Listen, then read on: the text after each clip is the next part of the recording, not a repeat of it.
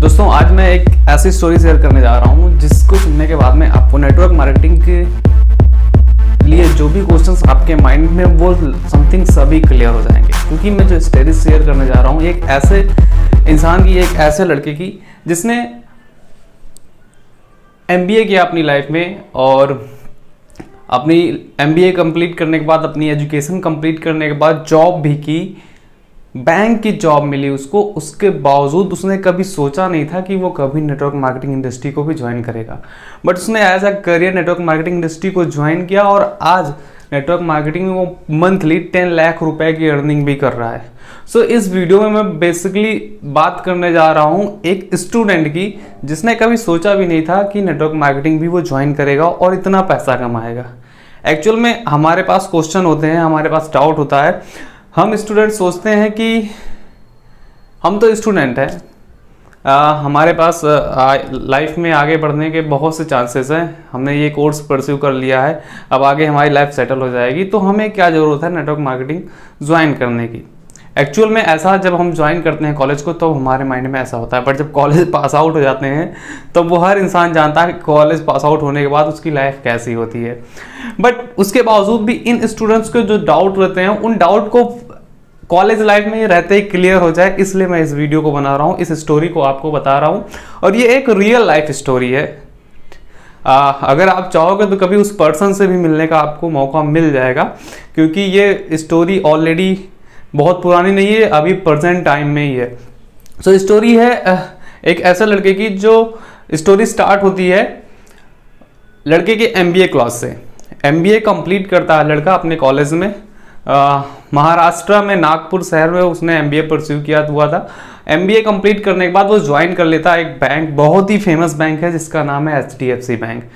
उसमें as a supervisor job करता है आज के लगभग 10 साल पहले, 10 साल पहले नहीं फिर भी 8 ईयर एगो। सो 8 साल पहले लगभग वो ज्वाइन करता है समथिंग 2011 एंड 12 में। उस टाइम पे उसके जो HDFC बैंक में सैलरी होती है ना वो समथिंग 22,000 एंड प्राइवेट बैंक है तो कुछ वर्क्स और होते हैं, तो एक्स्ट्रा अर्निंग करके मंथली 30,000 आज के 8 साल पहले अर्न कर लेता था वो लड़का। अब मंथली आज के 8 साल पहले प्राइवेट सेक्टर में अगर कोई लड़का 30,000 अर्न कर ले रहा है तो इसका मतलब क्या है, वो बहुत ही अच्छी पोस्ट पे है। क्योंकि आज के टाइम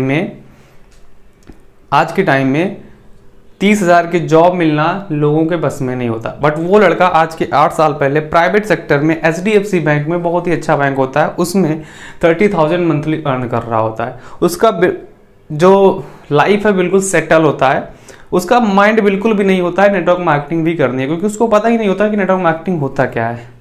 बट एक टाइम ऐसा आता है, 2012 की बात है, कि उसके साथ एक ऐसी घटना घटती है। घटना क्या घटती है कि एक अंकल जी होते हैं, वो उससे बात करते हैं लड़के से, बोलते हैं क्या कर रहे हो, तो लड़का बताता है सर मैं MBA कर रहा हूँ, सॉरी MBA पास आउट करके मैंने जॉब स्टार्ट किया हुआ है HDFC बैंक में।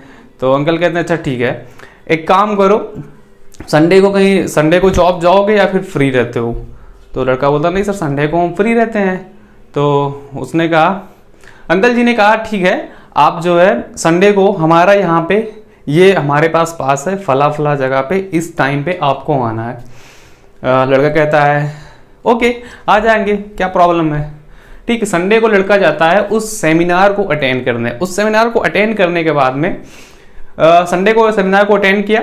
सेमिनार 2 से 2.5 घंटे का होता है। उसको अटेंड करने के बाद में उसके दिमाग में ऐसा आता है कि यार ये क्या चीज़ है, मतलब कि इंसान इतना ज़्यादा पैसा खर्चा करने के बाद, इतना सब कुछ करने के बाद में, अपने लाइफ में एक स्टूडेंट समथिंग 20 से 22 साल लर्निंग करता है, इतना ज़्यादा पैसा खर्चा करता है और वो 30,000 या फिर 40,000 या फिर 20,000 अर्निंग कर पाता। और ये बता रहे हैं इस मीटिंग में, इस नेटवर्क मार्केटिंग सेमिनार में उन्होंने बताया कि यहाँ पे आपको किसी डिग्री की ज़रूरत नहीं है, आपको किसी एजुकेशन की ज़रूरत नहीं है, ज़रूरत है सिर्फ और सिर्फ आपके एक गवर्नमेंट ID की।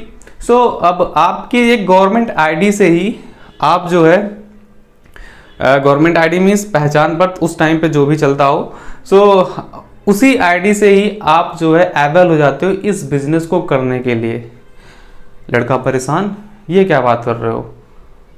सो उसको लगता है कि ये पूरा हमको फ्रॉड कर रहे हैं, ये पूरी तरह से हमें फ्रॉड कर रहे हैं, हमारा टाइम भी वेस्ट होगा, क्योंकि ऐसा पॉसिबल नहीं है। क्योंकि अगर ऐसा होता तो इतने स्टूडेंट पढ़ने की क्या ज़रूरत होती, सभी इस काम को करते और अर्निंग करते, और वो उस टाइम पे उसको लेफ्ट कर देता, ज्वाइन नहीं करता नेटवर्क मार्केटिंग बिजनेस को। तो ऐसा चल रहा होता है। बट अंकल जी जो होते हैं वो नेटवर्क मार्केटिंग बिजनेस को कर रहे होते हैं, तो अंकल जी उसको बार बार कॉल करते हैं, बेटा ज्वाइन कर लो, यहाँ पे बहुत पैसा है, आपके पास अभी बहुत लाइफ है, बहुत चीज़ें हैं, बहुत ही अच्छा पैसा कमाओगे, बहुत अर्न करोगे, एवरीथिंग जो भी चीज़ें होती है नेटवर्क मार्केटिंग इंडस्ट्री में सब वो यूज़ करते हैं। बट लड़का मना कर देता है।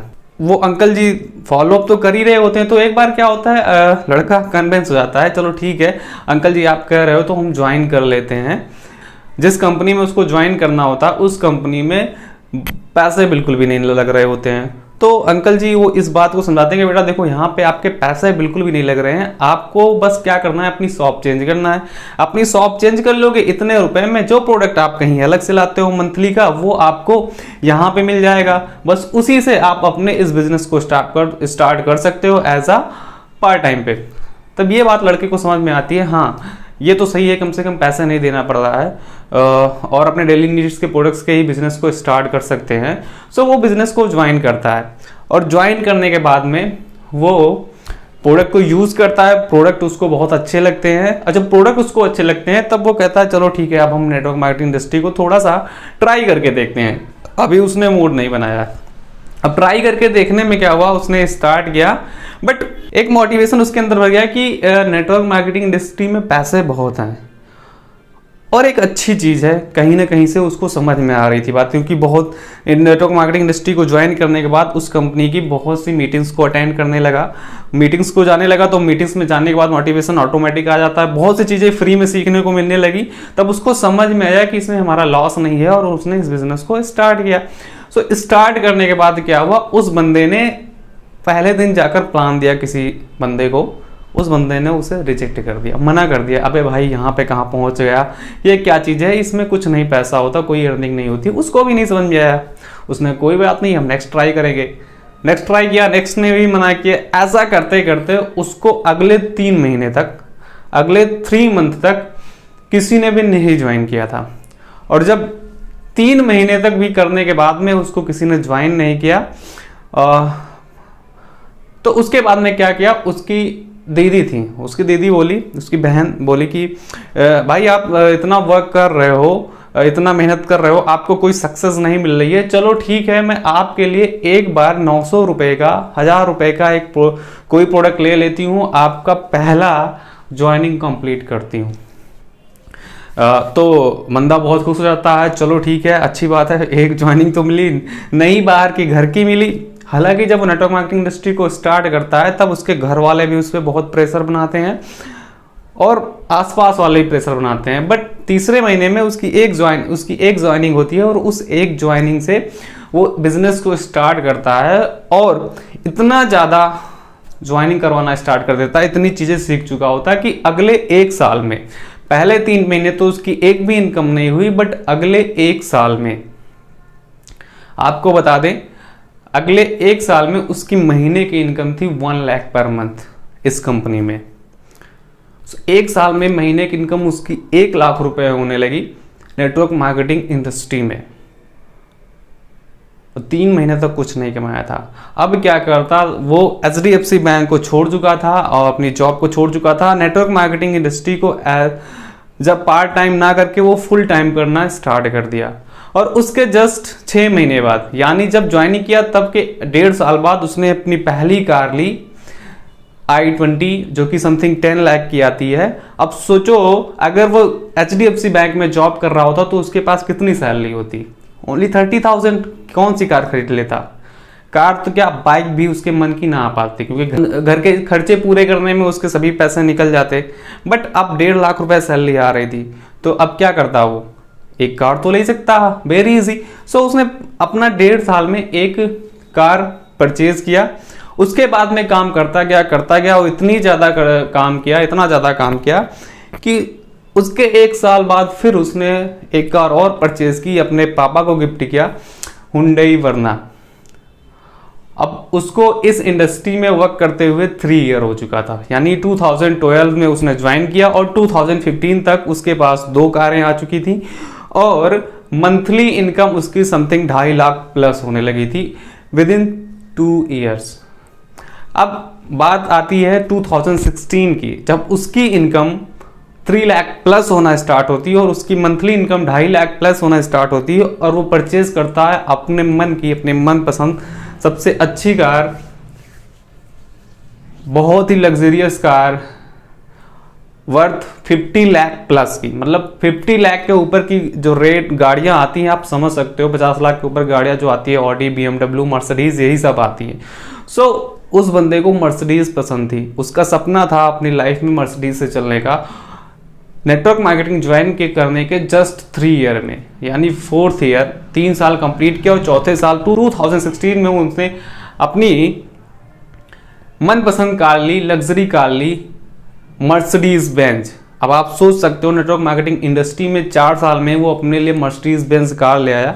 बट आप क्या ये भी सोच सकते हो, अगर वो HDFC बैंक में जॉब कर रहा होता तो उसकी मर्सिडीज कार आती, क्या हुंडई वरना आती, चलो माना i20 आ जाती, बट कंडीशन क्या होती, घर में पड़ी होती लेकिन उसको चला नहीं पाता। अब उसके पास 3 कार है।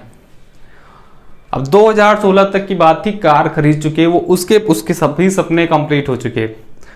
अब धीरे धीरे वो वर्क करता गया।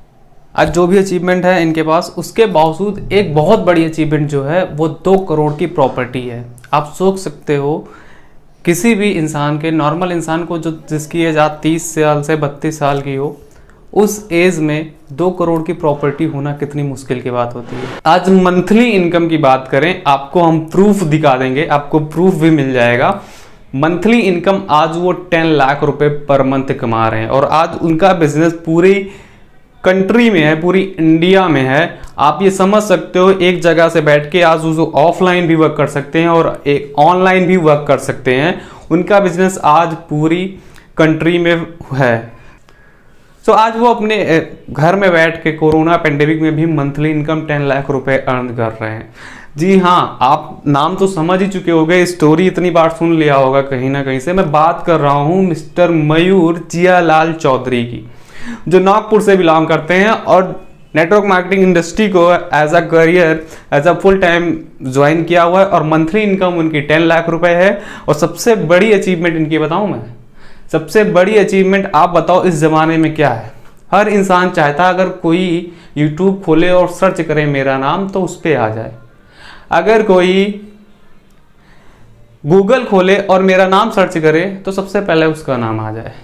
सो आज सबसे बड़ी अचीवमेंट इनकी यही है कि आज गूगल पे भी डालोगे मिस्टर मयूर जियालाल चौधरी वेस्टीज, सबसे पहले उन्हीं की फोटो आएगी। कोई बनाई हुई स्टोरी नहीं है, एक रियल लाइफ स्टोरी है। और ये जो चीज़ें मैं आपको सुना रहा हूँ इसको आप मिस्टर मयूर चौधरी सर से भी सुन सकते हो।